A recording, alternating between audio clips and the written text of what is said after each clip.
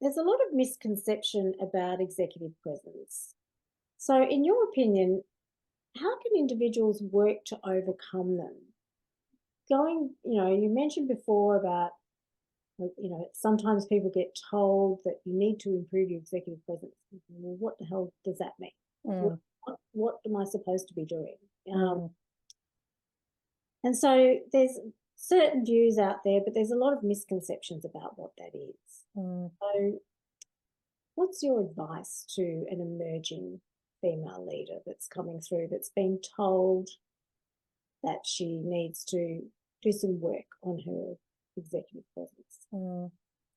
And what would be the misconceptions around that whole topic from your perspective?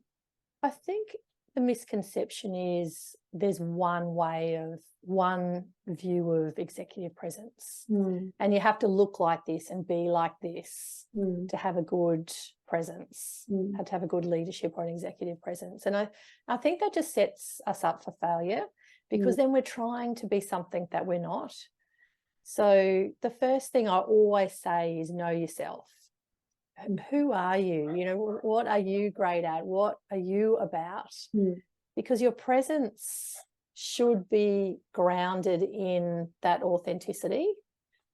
I'm a pretty practical person, so presence actually isn't an innate thing. It's actually just a set of behaviors that we can work on for ourselves. So I was mentioning before feedback.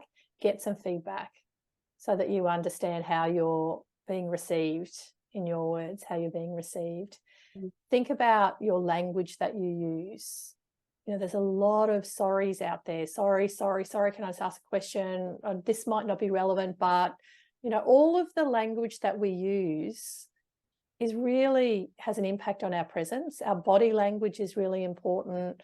The preparation we were just talking about for meetings.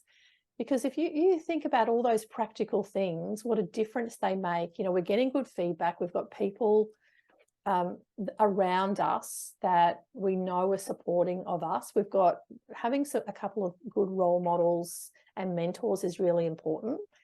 So when we know we've got people in our corner, we've got some good feedback, so we know some practical things for us specifically that can help. We are being aware of our body language, our language. We've prepared for the meeting, including waking up in the morning, doing what, for me, it was putting some color on and thinking about the conversation we're about to have, versus rolling in. We're back to back. I've just come from another meeting. I've rolled out of bed this morning. It's a massive difference. So that set of behaviors that we do for ourselves makes all the difference when it comes to our presence.